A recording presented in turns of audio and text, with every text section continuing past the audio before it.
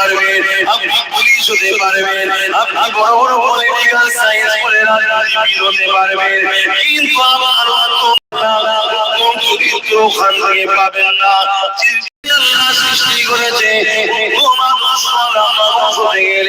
ওই শিক্ষা কোরআনের শিক্ষা নিতে হবে, কেননা দুনিয়া জমিনে কোরআন এমন একটা কিতাব, জালিকাল কিতাব লা রাইবা ফীহি, এর মধ্যে ভুল দূরের কথা, এর মধ্যে কোনো সত্য নাই। আপনি জানি না পৃথিবীর বুকে কোটি ডলার খরচ করে প্রতি বছরে কোরআনের রিসার্চ কোথায় চলেছে, এই কারণে রিসার্চ হতে লেগেছে কোরআনের ভুলভাল করার জন্য। আর কারণটা হলো কোরআনের মধ্যে জমিনের করার মতো রহস্য রয়েছে, কোরআনের মধ্যে রহস্য রয়েছে, কোরআনের মধ্যে সায়েন্স রয়েছে, ম্যাথমেটিক্স রয়েছে, কোরআনের মধ্যে দর্শন রয়েছে, ফিলোসফি রয়েছে, কোরআনের মধ্যে টেকনিক্যাল বিজনেস সব কিছু রয়েছে। এই কোরআনকে বিশ্ব গবেষণা করে তারা আসমানে চলে যাচ্ছে, চাঁদে চলে যাচ্ছে, সেই জন্য তারা রিসার্চ করতে লেগেছে। আর কারণে রিসার্চ হতে লেগেছে এই কোরআন মানুষকে হিদায়াতের রাস্তা দেখায়, সত্যের রাস্তা দেখায়।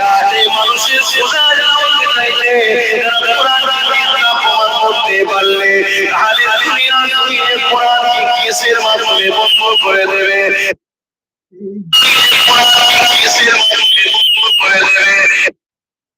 বন্ধ করে দেবে।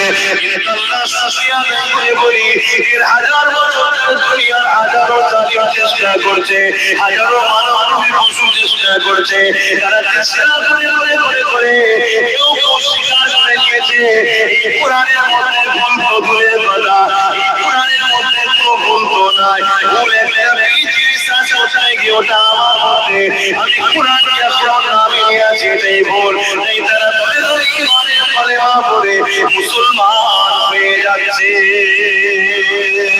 আরো জোরে বলুন সুবহানাল্লাহ।